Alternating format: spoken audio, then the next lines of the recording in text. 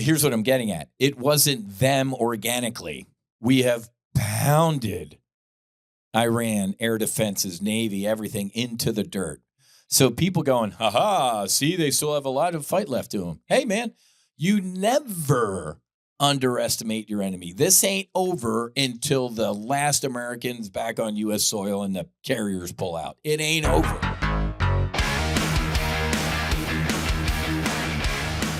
Good morning, good evening, good afternoon. Welcome aboard the MAX Afterburner podcast, brought to you by the No Fallen Heroes universe, folks. We have a big one today. A lot of stuff to update, and hopefully by the time you're listening to this podcast, we have peace. Let me kind of lead with the.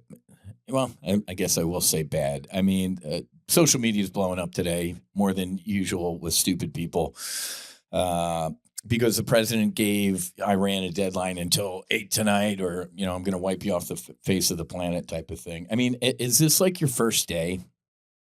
Are you new? There's a saying, take President Trump seriously, not literally. The guy obviously likes to negotiate in public. Clearly, there's no filter and there's nothing behind closed doors. So in the past 24 hours or so, I've seen people clutching their pearls and frothing at the mouth that he's threatening to take out this, Iranian infrastructure and bridges or power plants, and it would be a war crime. These people are the worst. And I'm talking to you, Captain Mark Kelly, Senator Kelly, the cuck from Arizona. This guy is the worst. So let me get this straight. And because he had a tweet and I posted right underneath it, man, I'm going to tell you what I said to the guy. Because he's always wearing his flight jacket and I flew combat sorties and Desert Storm and screw you, President Trump. So he took the Democrat, and maybe it was a staffer. I don't care. You're responsible for your account, Mark. But it said, if he takes out infrastructure, it's a war crime and blah, blah, blah. I'm like, oh, so you committed war crimes. You are a war criminal, Senator Kelly. Why? Well, he flew combat sorties in Desert Storm. Unless you're an idiot and you know nothing about warfare, aerial warfare, Desert Storm, you ever hear the term shock and awe? In the first 24, 48, 72 hours of Operation Desert Storm, what did we target? Infrastructure, power plants, roads, bridges, TV stations, you name it, we took out the infrastructure. These people are the worst. Again, Trump could be running hell and they'd complain it's not hot enough. They're the worst. Ladies and gentlemen, as part of any military campaign, you want to take out infrastructure that can also be used for military purposes. Last time I checked, the military uses power. They use bridges, they use roads, and they use TV or communications. The president, 6 weeks into this thing, the president has done the exact opposite. He didn't take out the infrastructure or anything like that. Why? Most likely, he probably thought there'd be a popular uprising and he wanted to leave all the stuff for the Iranian people. Ain't got no beef with the Iranian people. Love the Persian people, man. The history in that whole region, I love it.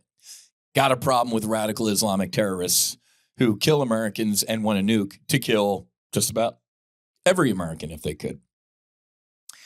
So he is doing it backwards. Typical Trump. This is how we usually do things. Well, I'm not going to do that. So at the 6-week point, he's like, you know what? That's it. I've had it. Now we are going to take out your infrastructure. And all these hyper-partisan jackasses start clutching their pearls and, oh my God, and frothing at the mouth that these are war crimes. My God almighty. Do you remember? If not, I'm going to brief you. The history of World War II. General Curtis LeMay firebombed Japan. And Germany. We firebombed Japan and Germany, folks. Firebombed. We killed millions. Do you know what General LeMay was quoted as saying? If we had lost, they would have put me on trial for being a war criminal. They would have executed me. So, and thank God we don't do that type of stuff anymore. We have smart weapons. We can put a bomb through a window, plus or minus a second. We don't fight wars like that anymore. But should we have arrested General LeMay or General Eisenhower or MacArthur or Patton for committing war crimes? These people are the worst. So what's the name? I forget the Democrat. I stand with Iran. This is what I'm seeing today. I didn't want to lead this podcast with this, but literally leaving my house and seeing the social media explode. I was on Outnumbered on Fox News at noon. I thought it was just going to be a quick hit. It ended up being like 12, 15 minutes with, the girls on the couch and the I forget the name of the prosecutor dude that was in the middle. And man, you guys know me, no filter Whiz. I'm like, so Mark Kelly has committed war crimes. He bombed Iraqi infrastructure, which clearly is, oh no. And you can already see him hedging and like, oh, well, that was, hey folks, the president has gone out of his way to avoid civilian. And I can't stand the people.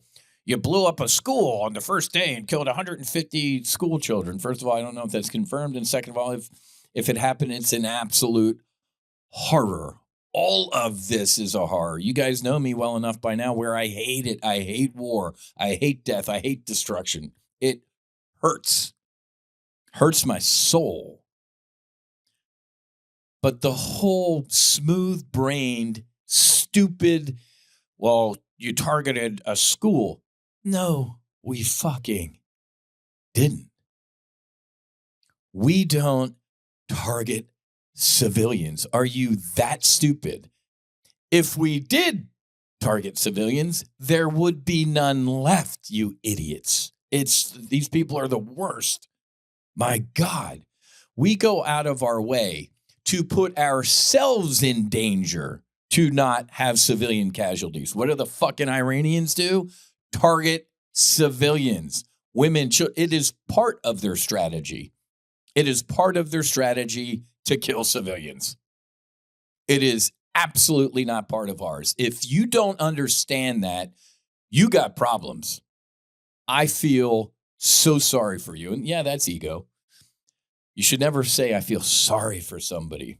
That comes from a place of superiority. I am not superior to anybody. I'm not inferior to anybody. You should always say, I have empathy or compassion. That's the same level, but I am sorry. I said, I'm sorry. I feel sorry for you, even though I do. Man. So let me start backfilling out of me driving to the studio right now because it's a cast of characters. I guarantee you at 8:00 tonight, the president doesn't kill millions of Iranians. I guarantee you. Matter of fact, I placed a trade that made 50% at the open this morning with our Top Gun Options members buying the S&P 500. I'm like, I'm pretty sure magically he's going to do the talk to a mullah, talk to somebody, got a great deal, beautiful deal. I'm gonna hold off, and the market's gonna rally. I mean,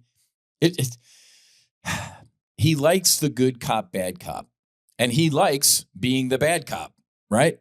Publicly in Twitter or through social posts, and he negotiates in public, where the negotiators probably are the good cops. Like, oh well, he's threatening to do this, but if you work with me, we'll get something done. I think I can talk him out of the tree. Are you new? Go read The Art of the Deal, man. Or most of you probably won't because you don't want to, not most of you, you don't want to, I don't want to pay to read that book. Well, let me give you the summary. As a businessman, he's like, start with your opening position as insane and crazy as humanly possible. So when you come off of it a little bit, the other side thinks they won and close the deal. There you go. I saved you $30 buying the book. This is what he does, folks. If you don't like it, turn off the TV, man. Go meditate. Go for a walk on the beach. Stop. But I'm going to let him cook. If you've been a regular listener of these podcasts recently, I'm old enough where I remember Americans, radical Islamic terrorists, storming our embassy. I remember United States Marines with their hands handcuffed or tied behind their back and a blindfold on. I was like, oh my God. From that moment until today, 47 years, they started this war and President Trump's going to end it. They've been killing American soldiers, airmen, Marines, sailors for decades. 603 of our personnel were killed by Iranian IEDs and forces in Iraq. They blew up Khobar Towers, the USS Cole. My God, folks, the Beirut barracks bombing. And then there are proxies of Hamas and Hezbollah. Look at what they're doing now. Lashing out at their fellow Arab countries, attacking civilians, killing civilians, lashing out. What did you think they're going to do when they get a nuke? And did you know that months ago, they came at the first day of negotiations, they walked in the room like, okay, great. By the way, we have like 60% enriched uranium, enough we can make 11 bombs right now. What? So here's the difference. Everybody remember Krima, some young guy? What's his name? Kim Jong-un, North Korea. I know for a fact, because I knew a couple of the CAGs and one or two skippers of the carriers. We had 3 carrier strike groups in the Pacific during Trump's first term. He was going to take out North Korea. They were like walking to the jets. I talked to one of my buddies. He's like, dude, it was a go. And the cream of some young guy wasn't sleeping in the same bed every night. He knew, oh my God, we're probably going to get attacked. Guess what Trump did? He's like, you know what? And we tracked him. With Global Hawk, Predator, whatever, drones over North Korea, watching the dude's like every movement. We knew where he was. Trump's like, you know what? I'm not going to kill 25 million North Koreans. Not going to do it. That was a little Donald Trump and George Bush. Not going to do it. Got to work on my presidential impersonations. He sent a picture to Krima, some young guy, with a bullseye on his head, like from a drone, from a U.S. drone. And it was like, maybe even he wrote on the picture, he's like, I'm not going to kill 25 million North Korea. I'm going to kill you. So that guy loves himself, right? He didn't care about the North Korean people, obviously. He loves him. He didn't want to die. He got that picture and he's like, Dear Donald, can you meet me in Singapore? And they did.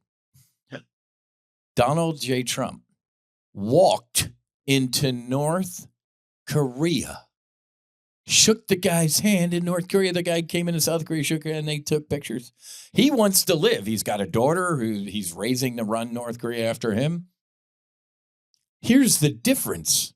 That guy's got nukes, and he knows that Trump is crazy. That's what Trump does. He makes himself try and seem crazier than you, then they back down. But here's the deal with these fucking radical Islamic mullahs. They have a death wish. They don't love their children, their people, and even their own life. Allah, I kill the infidels and 72 virgins and all that crap. So these people actually do have a death wish. Imagine them having a nuke. Look at Adolf Hitler. There's a famous clip of Neville Chamberlain, right? Was he prime minister or foreign minister of the UK at the time? He flew and kissed Hitler's ass, and Hitler signed the non-aggression pact. Famous clip of Neville Chamberlain at the airplane, getting off the airplane, like, I have a signed document from Adolf Hitler. There will be peace in our time. Hey, yay. You know what Hitler did? He signed that thing and went back to his generals. He's like, you wouldn't believe what I promised. We're not going to do anything. And they all started yucking it up and then invaded, Czech, Poland, all that type of stuff. Why am I bringing that up? Because he lied, right? He lied. He's like, I'm not going to do anything bad, and then did it. What are the radical Iranian mullahs saying? Oh, no. Death to America, and of course Israel, but death to America. We get a nuke, we're going to wipe out as many of you as humanly possible. What do Democrats do when they hear stuff like that? Oh, those crazy mullahs, they're not going to do something like that. Are you fucking high? That's exactly what they do. So I'm sick of it. Since I was a young kid, man, they started this war 47 years ago. It's time to end it. And I hate talking like this. I hate it. I don't want to be this. But, and to all the morons on social media like, oh, Mr. Medicine and Psychedelic Man, hey, you can be a warrior. There are just wars. Go look at the post that I put up. I got the guy from like 300 and then the Buddha. Yeah, you can be both. All right, I did an ibogaine retreat in 1940, Whiz, and I love peace. Yeah, but the guy's killing 6 million Jews right now. Oh, well, let's just try and talk to Hitler and, give peace a chance. And what? There are just wars. Onward, Christian soldier.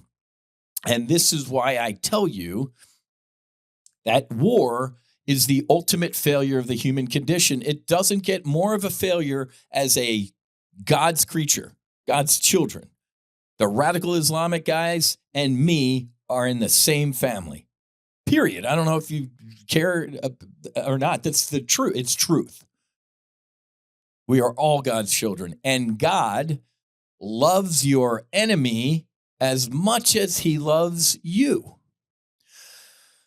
But when he said, let there be light, he didn't make robots. He didn't make humans, robots that would bow to him 24/7, 365, enforced love and servitude. He gave us free will and gave us love, the opportunity to love, which technically is all there is. But as humans, what did we do? Well, we can hate too. I want that cave. I'm going to pick up a rock and smash you in the head. Okay. And it went downhill from there. So I can't stand this. But this is why I tell you, if we fail, we tried our hardest. I'm pretty sure Trump did, man. He told him last year, you got 90 days to make a nuke deal. Day 91, Operation Midnight Hammer. Then they started doing it again. He's like, all right, here's what we're going to do if you don't negotiate. No, we'll meet you again in Geneva in a month from now for another round of talks and nice dinners. He's like, done. If this has to happen, war, because we failed, it should be as horrific and violent as humanly possible. Why? Then you might be like, oh, this guy. So it stops. Quick. Look at fucking Eastern Europe right now, folks. It is a meat grinder. Young Russian kids, young Ukrainian kids getting turned into hair, teeth, and eyeballs. It's a horror. Death by 1,000 cuts. The 10, 20-year wars in Iraq and Afghanistan. If we had the rules of engagement that Hegseth and Trump and General Kane, my buddy Raisin, are doing right now, those things would have been over in 6 months to a year, if that. We were fighting those wars with both hands tied behind our back and leading with our chin. And our enemy knew it. They took advantage of it. So, again, take Trump seriously, not literally. I guarantee you, by the time this podcast is posted, he didn't kill millions of Iranians. And all these idiots from Mark Kelly and all the other Democrats and liberals frothing at the mouth. 25th Amendment. I don't want to hear a fucking word about you in the 25th Amendment. We had a dude who would shit his pants. I call him Mumbles McShitty Pants. The guy was mental. Joe Biden, are you kidding me? Not a word of the 25th Amendment. Actually, we did.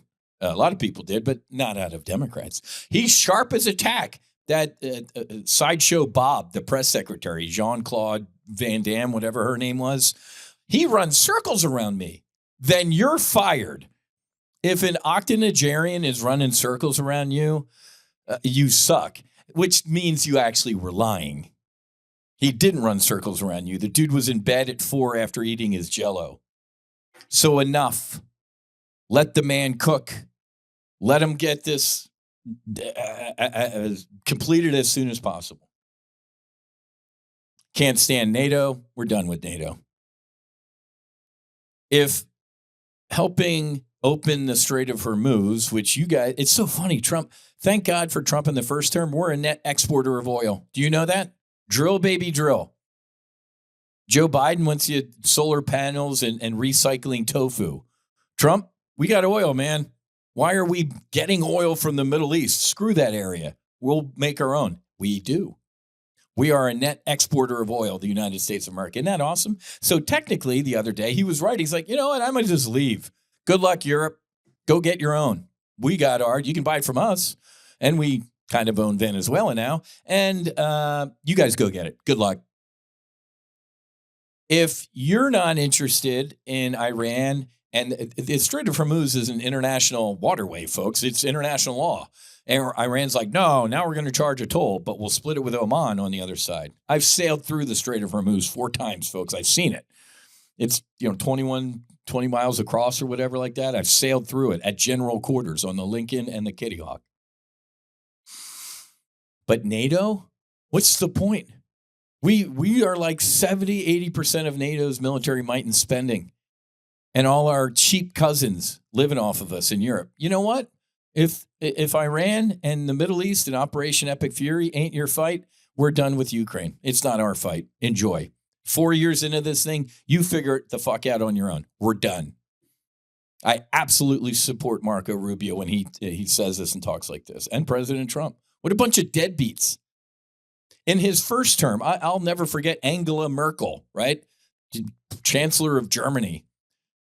He's like, you're getting 70% of your energy, your oil, nat gas, all sorts of stuff from Russia. And we're defending you, NATO, the United States, against Russia? You're getting your energy from the enemy. Okay. And he thinks like that, too. I don't care what you feel about the man. He's a businessman. That's how I think, too. Even though I'm a fighter pilot, I'm a businessman, too. I'm like, what are you doing? Why are we wasting all this money to defend you when you're sucking 70% of the oil teat and energy from your enemy? So people don't like that he does the status. He shakes up the status quo and thinks. How about the shit show of the TSA? The Department of Homeland Security was started after 9/11. Why? To connect the dots, to protect what? The homeland. Democrats, defund it. We just had 4 radical Islamic terrorist attacks in the United States. Austin, was it Michigan? These dudes, you see the one dude shot up the bar in Austin? Property of Allah. Property of Allah. Democrats, shut down the Department of Homeland Security. When we're at war and we've had terrorist attacks on our soil, these people are fucking nuts. They're nuts. TSA. These people, they ain't the highest paid jobs in the world. I actually slid a couple 20s when we traveled out to Colorado to say thank you for your service. One guy turned me down. Well, he said, I appreciate that, sir, but you can go give it to our supervisor and they, buy us all lunch type of thing, which I did. But there was a couple who took the 20s, 2 of them. But can you believe these Democrats? Lines around the block out of the airport. They want to make it as painful as the American people as humanly possible. Why? Because they don't want ICE doing their jobs and arresting violent criminal illegal immigrants. I think the lady, what's her name, Pretty or Good or one of them, she was blocking with her car, and remember that incident? The dude they ended up arresting or trying to arrest was an Ethiopian child rapist. That's who they're protecting. Did you see the poor girl that got killed by an illegal immigrant in Illinois a couple weeks ago? You know what this one Democrat alderwoman said in Chicago? Oh, maybe she startled this guy. And she was also in the wrong place at the wrong time. I'm so pissed that I'm actually calm right now that woman said that. Find the clip on your own. Well, maybe, she was jogging down there and she startled this criminal illegal immigrant, and that's why he killed her. Oh, so it's on you if you startle an illegal immigrant and they kill you. It's your fault. I can't even. It's amazing to me when I talk out loud. I hear me, and I'm like, there's no fucking way that there are people in this country who think like this. Yeah. Yeah. Now let's talk about some good. Dude 44. What a great call sign. So Susie and Jack was out in Spain, and then he went to Ireland with his girlfriend, Abby, and they were in Ireland, in Dublin for St. Patrick's Day. So he wasn't with us out in Aspen. It was me, Susie, Matthew, and Keely. We had a great spring break. Snow kind of sucked, but bad day on the slopes is better than a good day at work, right? So we flew out last weekend, Easter weekend, to spend it with Jack. So me, Keely, Susie, and Jack, we flew into Denver, picked him up in Boulder, and we went up to Breckenridge. Beautiful town. It's so funny, man. All the Colorado ski areas we go to, from Vail to Aspen to Breck, they all have their own Eldora. They have their own, personalities. It's so cool. Everybody's different. But Breck was cool. Again, snow was kind of offish. And I didn't know. I felt it. That Breck is actually higher than Aspen. So my altitude, I felt like we got there. I'm like, I feel high. Susie's like, I feel this. And even Jack's been going to school in Boulder for 3 years. He's like, so we got one of those big oxygen things, but they ended up skiing and whatever. But here's what happened, man. An F-15E Strike Eagle, 2-seat F-15. It can carry air-to-air missiles, fight its way in, but mainly it's a bomb truck. It's called a Strike Eagle. Right? So technically it's an FA-15, right? But we do that in the Navy, fighter attack. In the Air Force, they just call it a fighter. Shot down. Now, a couple things to remember. Because, again, the same people who are yelling war crimes against Trump right now are the same people, frothing at the mouth. It's just, I don't even want to address those people anymore. Let me move on from them. I pray and I wish them well. But 13,000. But seriously, all right, I won't let it go real quick. We lose an F-15E Strike Eagle, and they're like, "Aha! Well, I thought you said we have air dominance and or air superiority, and you're clearly lying." And oh my God, take the Iranian propaganda, and it's Democrats and liberals in this country parroting it. 13 as of that shoot down. Over 13,000 combat sorties. Not 100, not 1,000, not 5,000. 13,000 in 6 weeks. So we lose an F-15, which I'll debrief you, and then an A-10, one of the Sandys. That's the call sign. Sandy was boogieing at low altitude or, in the weeds, trying to get these pilots, the pilot in the Wizzo rescued, gets hit. Crippled plane. He gets at least back towards Kuwait and bails out, and they rescue him. So 2 aircraft lost to enemy fire. Did you hear my word? I said enemy. Even though the Kuwaiti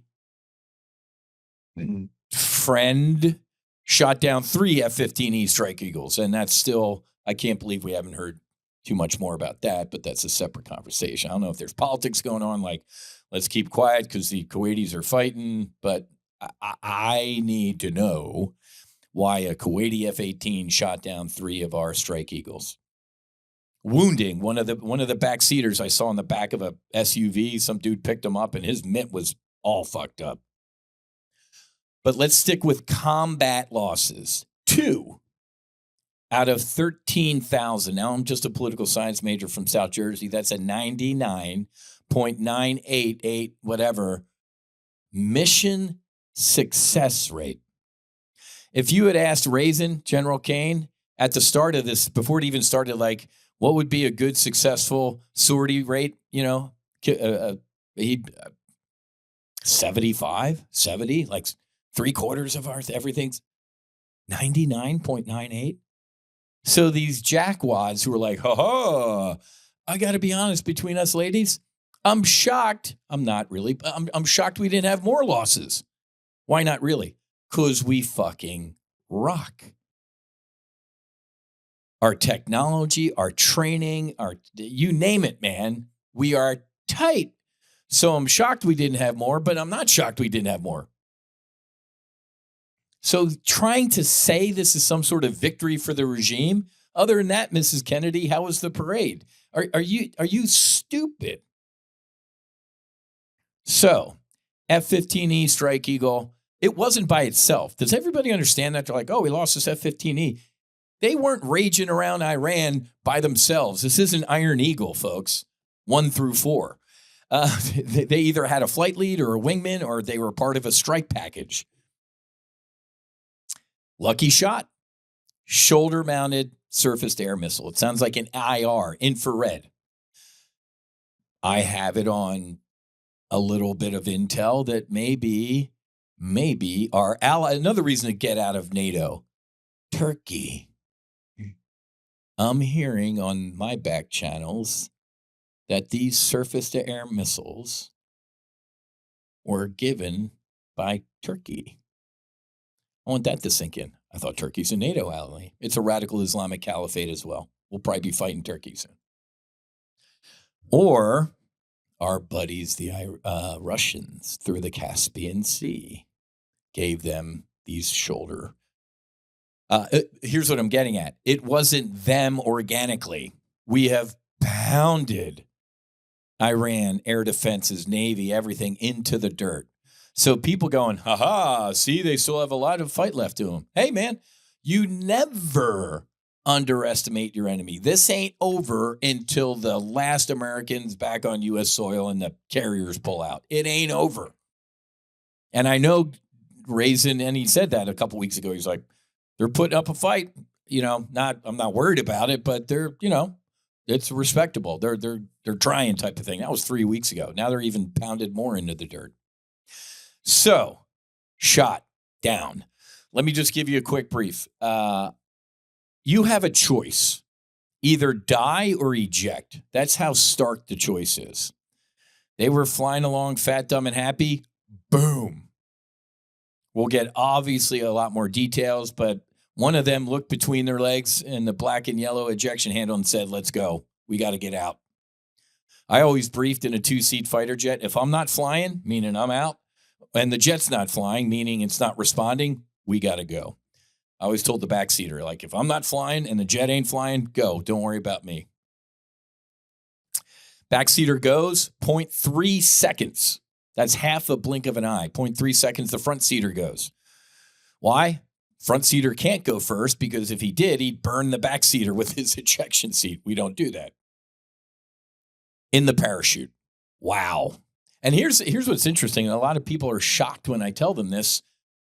The first time I would have ever been in a parachute is if I ejected. We don't do parachute training. People are usually like, what? Nope. There's an ejection seat trainer. And I think the guy told me, he's like, it's 1/100th of the force. And it sucked. My back hurt for a week. So it's one of the most violent things a human body can experience is to eject out of a fighter jet. Not only the force, 10 to 20 Gs instantaneously, you're going from sitting here in a chair, no wind, to potentially 500 miles an hour of wind. You ever go zipping down the highway, of course, at the speed limit? No, you're 80 miles an hour. Try and stick your hand out the window at 90 miles an hour. Now multiply that by, 4. If you're not in the good body position to eject, if your arm's out a little bit, it'll rip out of the socket. It's called a flail injury. If you're not in a real, and they might not have been in a good body position because the president said and General Kane said that this guy, the backseater, was injured. I don't know if he got injured during the ejection or the landing. Like I told you, we get some little, here, stand on this table. Now jump off and, ankle, butt cheek, roll on your shoulder. And that's about it. There's the extent of it's called PLF, parachute landing fall training. I do it and I'm like, that's not going to happen, so don't need to worry about it. And obviously, all aviators and aircrew go through what's called SEER school. survival, evasion, resistance, and escape. It sucks. I went in SoCal in the mountains. It sucks. You got to evade capture out in the woods in the mountains. After not eating for a day or two, you're in it. You start believing what's going on here. The OP4, the opposing forces looking for you, they're wearing enemy uniforms. They got AKs. They're speaking foreign languages. It's mental. You're like, oh my God, man. And they're hunting you like a dog. Even if you evade, I evaded the longest. I am happy. And I also paid for it because they had to come up on a loudspeaker and drive down the road like, Lieutenant Buckley, come to the road. I'm like, oh, man. I made it the longest, and I paid for it. Where? In the POW camp. It's the only place in the United States military where they can hit you. You want to hear something funny? That's not funny. Remember years ago, I think it was under Bush or Obama, maybe Bush. Oh my God, it's come out that we were waterboarding terrorists. Oh, my stars. I looked at Susie, I'm like, are they kidding me? I was waterboarded. Ladies and gentlemen, I was waterboarded, and a bunch of my other fellow POWs, man. Some people were put in a box, some people, ladies and gentlemen, I was waterboarded. So for you clowns out there who cared that we were waterboarding terrorists to save Americans, shut the fuck up. We waterboard us, you idiots. It was terrifying. I was drowning. I would have given up my own mother at that point, man. So stop with I remember at the time too, like I'm like, oh my God, I can't believe we're having a debate on waterboarding terrorists. Do you know what we do in SEER school? So we have that SEER training, but I got to be honest with you, man, when you reach, and thank God I've never had to eject. I didn't eject behind enemy lines, obviously, but I don't think any training in the world can prepare you. It's almost like doing a psychedelic journey. Like you can prepare, you can overly prepare, but nothing's going to prepare you. But at least it gives you something to deviate from. So they land, and they're like, why weren't they like close to together? Man, wind. Have you seen the terrain? It was rocky and mountainous and crappy. So even if they might have been close in distance, they were worlds apart. You've probably seen the videos, the HC-130, the King, the Combat King, the on-scene search and rescue commander. It can also tank, refuel those helicopters. You probably saw them getting refueled. They carry PJs on board, pararescuemen who can parachute out to a downed crewman. They do command and control, right? All the radios and stuff like that. Then you probably saw the HH-60s, the Pave Hawks, Pedro, or the Jolly Greens, right? I think their call sign's Pedro. They were all boogieing down at low altitude. So for all the people who are like, apparently we haven't taken out their air defenses.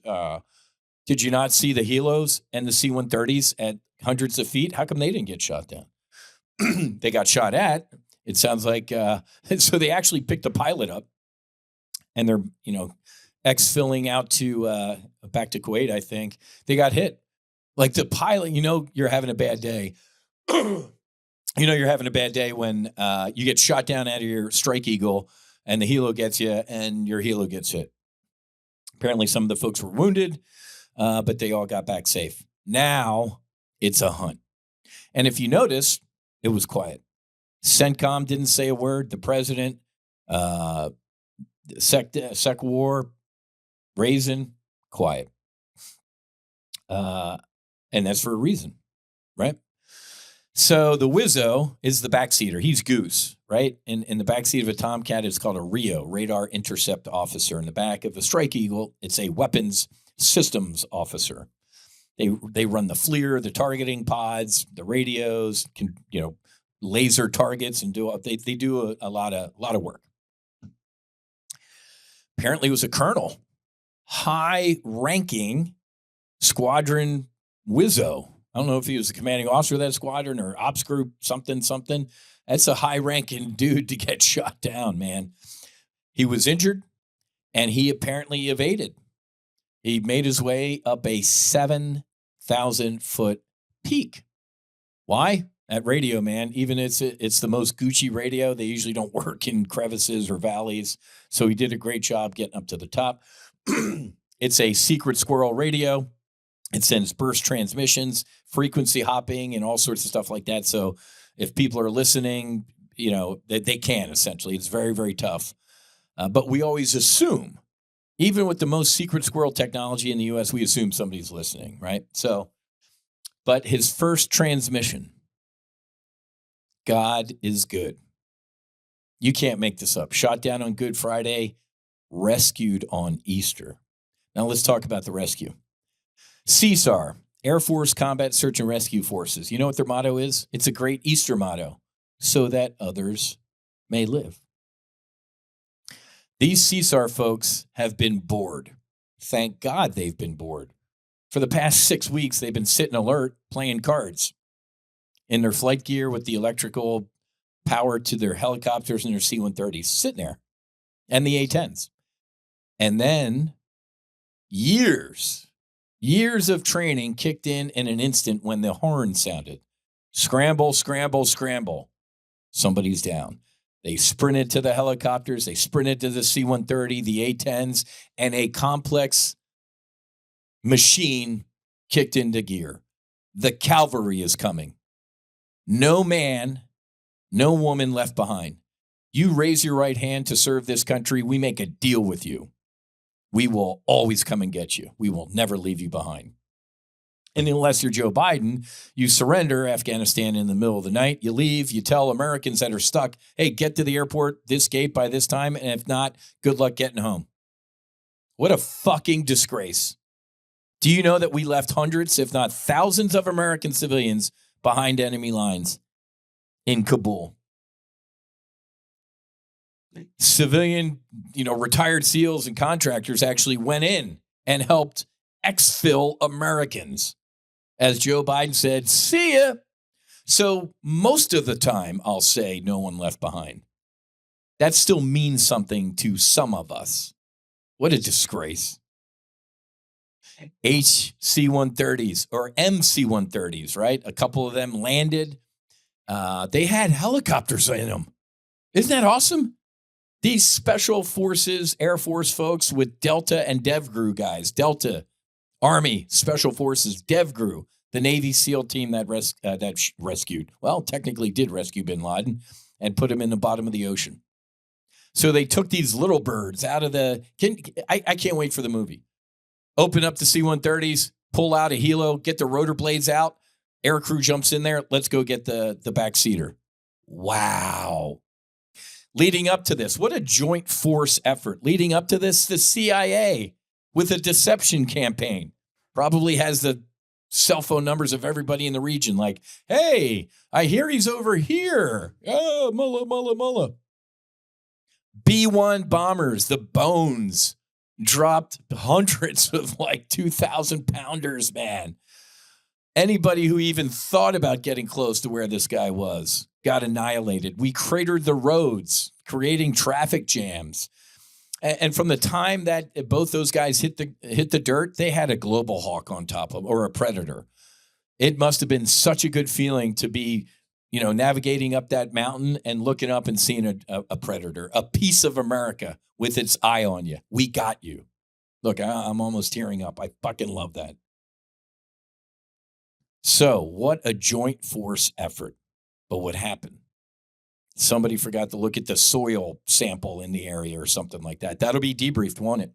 But no other country on the planet, folks, will fight its way in to your bad guy land, rescue one of our downed aircrew members, and fight our way home. But apparently the C-130s, too heavy, the gear got stuck, right? What do? We contingency plan. I guarantee you in the brief, they already covered. Here's what we're going to do if something happens to the C-130s here. They flew in smaller turboprop planes. I forget the exact military designation of them, but some special forces, they needed 3 of them to get all the people. So they blew them up. They blew up these secret squirrel MC-130. Can you, and here's again, where I just feel sorry, again, that's ego. I have empathy and compassion for stupid people like Democrats and liberals in this country. Why? Because did you see some of them the other day? Oh my God, those were about $100 million each. Shut up. Joe Biden left $7 billion in military equipment, helicopters, Humvees, weapons, night vision goggles. We gave it to the Taliban. $7 billion. But you're going to have a problem with a couple C-130s that we lost to save an American. These people are fucking nuts. I can't. It's just, you can't make this up. These same people, you haven't heard a word about their Somali leering centers. Tens of billions in fraud in Minnesota. Did you see Gavin Newsom? I saw a report the other day, like an estimated over $140 billion fraud in California, Medicare, Medicaid, some elder centers or else. It's these people are disgusting. They'll froth at the mouth about a couple C-130s lost saving a downed airman. Not a fucking word about illegal immigrant or immigrant fraud and criminal this and Medicare. And my God, these people are mental. I can't with these people. Donald Trump, if he was running hell, they'd complain it's not hot enough. I can't deal with these people. Raisin nailed it. He said, people over equipment. And that should show the world our resolve. How much, so for all the idiots out there like, oh, you killed school children. Man, that should show you how much we care about a human life. We're willing to risk these assets. We're willing to risk other aircrewmen, the pararescue forces, so that others may live. We'll go in there, man. I remember hearing or reading stories of guys shot down in Vietnam and like 2 or 3 helicopters got shot down trying to get to the guy. People killed, a fellow airman killed to go rescue one aviator. That's the deal we make. And that should tell you how much we love human life. I don't need a lecture on human life from people who would throw it in a trash can because it's an inconvenience. Save me your pearl clutching over killing children in a school when you support the killing of children every day in this country from abortion. It's disgusting. You don't care about kids until they hop out of their mom, right? Oh, I'm sorry, dad? Or birthing person? Freaks. God does not make mistakes. So spare me your care about human life over here where you just throw it in the trash over here. I have nothing to say to you. I can't even, I love you and I wish you well, but man, spare me your outrage about how much you care about human life when you actually don't. You know what's interesting, folks? 13 Americans have been killed in Operation Epic Fury. It's a horror. A couple hundred injured. Most of them have been returned active duty. They don't put that asterisk, do they? The media loves saying over 300 casualties in Epic Fury. If you really dig in and read the small print, it says over 250 have been already returned to duty. Oh, okay. They love the word casualties. But ladies and gentlemen, the 13 losses are an absolute horror. But you ready for this? During the same time frame of Operation Epic Fury, over 40 people have been murdered in Chicago. You know this, right? Because the media talks about it. Governor Pritzker talks about it. That awful mayor, socialist communist mayor of Chicago, talks about it, right? Oh, no. We're not going to talk about African American on I'm not saying that. Black on black violence. You're an American. I'm not an Irish American. You ain't an African American. You're an American. So, 40 Americans killed in Chicago. Not a word. 13 servicemen and women killed protecting us from radical Islam. Oh my God. Trump's losing. This is a failure. We need to retreat. What are we doing? What are you doing? I know what I'm doing. There is only truth. And I'm gonna start wrapping up on a high note because I can't feel like this. I'm gonna go hit the gym afterwards. I think Hannity saw my appearance on Outnumbered this afternoon. It's so funny because I thought it was just going to be a quick hit about the rescue, and it was all the ladies on the couch, and they each got a question. I'm like, oh my God, I didn't prepare for this, man. So I guess it went well because it's gone viral. But and I don't. Who cares? Right? And I'm already getting the hate, like I'm some sort of Trump sycophant. That shows me you have no idea who I am. I'm an equal opportunity criticizer and praiser.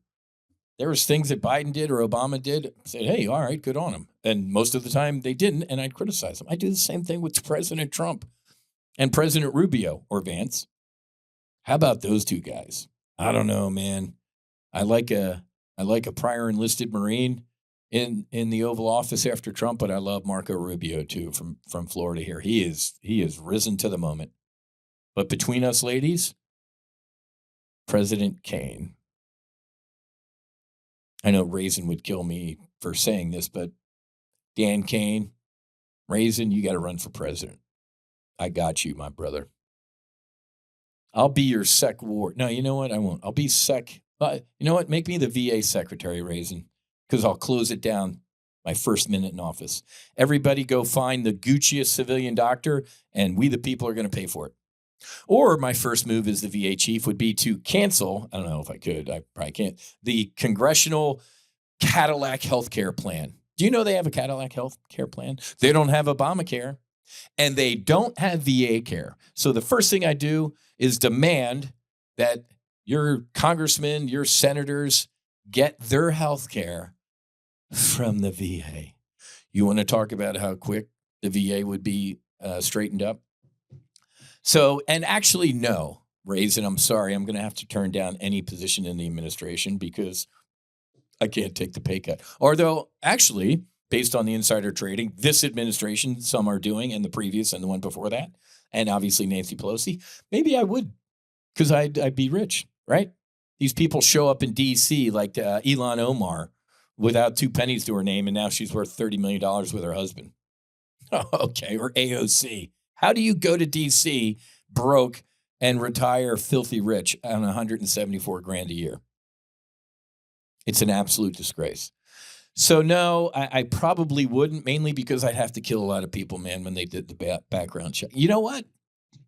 I'm sick of making that joke. I'm not going to make that joke anymore. I used to, because people were like, Whiz, you got to run for Congress or Senate or president. I'm like, no, I got a lot of skeletons in my closet. Man, just about every skeleton that's in my closet is out because I don't care. There's only truth. I don't care how you feel about me. I care how God feels about me. And I know God loves me. So anything that I did before May 20th of 2021 doesn't matter. I'm grateful for my suffering. I'm grateful for these stupid things I did, the horrific things I did. You're grateful for those? Yeah. Because they made me who I am today. So I'm going to stop joking like that. Like, oh, there's so much stuff. Are you kidding? Based on some of the people I see in D.C. right now, God almighty. Hell, I'd admit to kidnapping the Lindbergh baby at this point. Who cares? Do you guys know that the past is nothing but neurons firing chemicals? Can you visit the past? If you hop in your car and go fast enough, like Doc, 7.6 gigawatts, no, it's physically impossible. It doesn't exist. Nothing real can be threatened. Nothing unreal exists. Herein lies the peace of God, the first page of A Course in Miracles. So maybe I will go to DC, and I'll do what I did in the COVID crash. I did outsider trading. I knew what was going on. And I told everybody who would listen. And anybody who listened, I made little old ladies in tennis shoes into millionaires. I wrote a book about it, COVID Crash. I did outsider trading. I told everybody they're lying. Something escaped from a level 4, the only level 4 lab in Wuhan, China. They're digging up the highways around it so people can't escape. They're flying in mobile crematoriums to burn bodies. We're going to implode. Well, Whiz, that's not true because nobody said anything. That I heard a senator say everything remained calm and it's not coming here. Yeah, do you know what that senator did after he said that at the microphone? He called his broker and his families and friends and told them to get out. Google it. 4 of them specifically. The government investigated and like a year or 2 later quietly said, well, we're not going to do anything about that. Ha! They threw Martha Stewart in jail. Martha Stewart, her insider trading, she lost money. Imagine getting thrown in jail for 6 months. James Comey, by the way, that dick, threw her in prison. Martha Stewart. She lost money. Well, if she didn't have that knowledge, she would have lost even more. Oh, my God. Isn't that funny?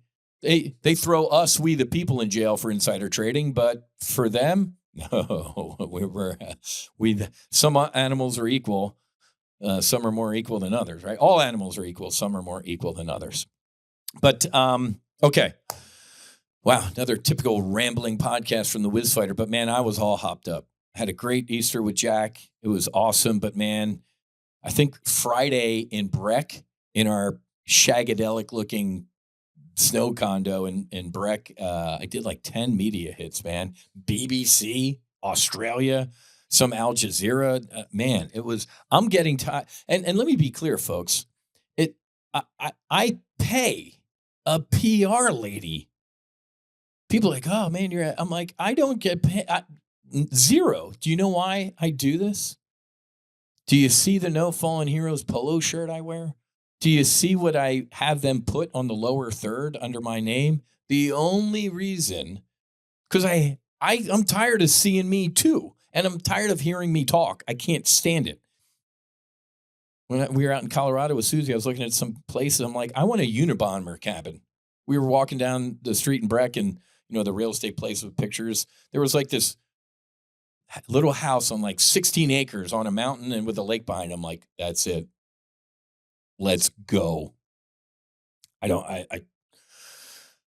I do this like tonight. If I'm on Hannity, I'm only doing this for the mission and getting the word out of No Fallen Heroes. And actually, I'm actually telling my PR lady, let's swap it up. Every other media hit, put Sacred Warrior Fellowship underneath it because I want to get the word out about that too. Speaking of that, as we wrap up, I'm leaving Thursday. Check this out. If you thought it was funny, I did, that I spoke at Harvard Law School in the fall? About psychedelics and law. This will make you laugh even harder. I'm leaving Thursday for a Friday, Saturday conference. You ready? At the Divinity School. So there's a 2-day event at Harvard at the Divinity School for psychedelics and religion. And I'm like, I am coming to that.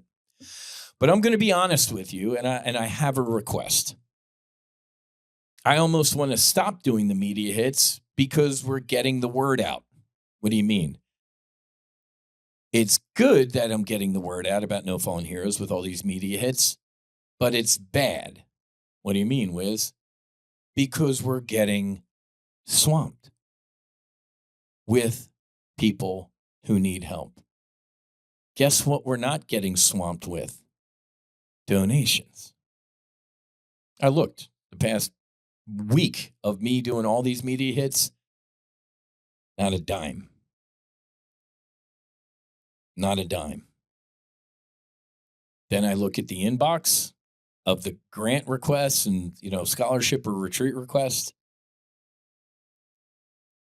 It's like doubled. So I hate talking like that, like we're a victim of our own success. It's good, but I tell people, and it's sad because people, when they immediately fill out, they're like, all right, when's the next one? I'm like, man, I hate to say this, there's kind of a line. We are funds limited. We aren't retreat limited. We aren't anything else limited. It takes money. The retreat center ain't free. It's beautiful. It costs money. The food, the cooks, the facilitators, the everything, insurance.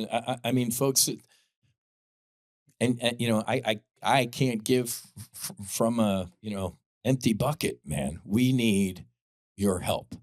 One more time. I don't need I don't care about me. First of all, I think I'm robbing a village somewhere of an idiot. I think I look stupid on camera. I think I'm just like, as long as they spell No Fallen Heroes right, let's do this. So it's not an ego thing. Like I just said, I would love to fade into the background. Let me remind you that the 3 to 5 year strategic objective of the No Fallen Heroes Foundation is to go away, is to not be doing this. Now we're going to keep our church, man. You are Matthew, and on this psilocybin, I will build my church. Thanks, God. But as far as the foundation, Secretary Collins, I hear you're running for governor of Georgia. Maybe that's why your give a shit meter has fallen to not with psychedelics and veterans. You need to step up and get this going. I'm sick of having to say this stuff. That's why, again, haven't gone to DC. I'm going to this type of stuff now, like the Harvard Divinity School. I'm putting my energy as far away from DC as humanly possible. It sucks. It's a swamp. Big pharma, alcohol, tobacco, special interest. It literally is a swamp, folks. I ain't some right winger. I ain't some Trump sycophant. I believe the right wing and the left wing are part of the same swamp creature. Doesn't matter, man. D or R. They're the same creature. And that thing needs to go. We, the people, need to start waking up and really starting to take better control of who we put into elected positions. That goes for Republican. That goes for Democrat, too. So let's end on a high note. Heavenly Father, I pray that you give us the wisdom to see the error of our ways, that war is never the answer. But if we're in it, we get out of it as quick as we can, as soon as we hit these objectives, with as little loss of life to us or to who we think is our enemy. But Heavenly Father, we know, some of us know to our core, to our soul, that nobody is our enemy. Father, we know that you love our enemy as much as you love us. And I pray that our leaders see that wisdom, that we are all one. We are all on the same team. So Heavenly Father, I pray that you bring us peace on earth soon, that we recognize that war is never the answer and that we give peace a chance. Have a great rest of your day, God, and everybody else. Fights on. Namaste and Basi. Whiz out.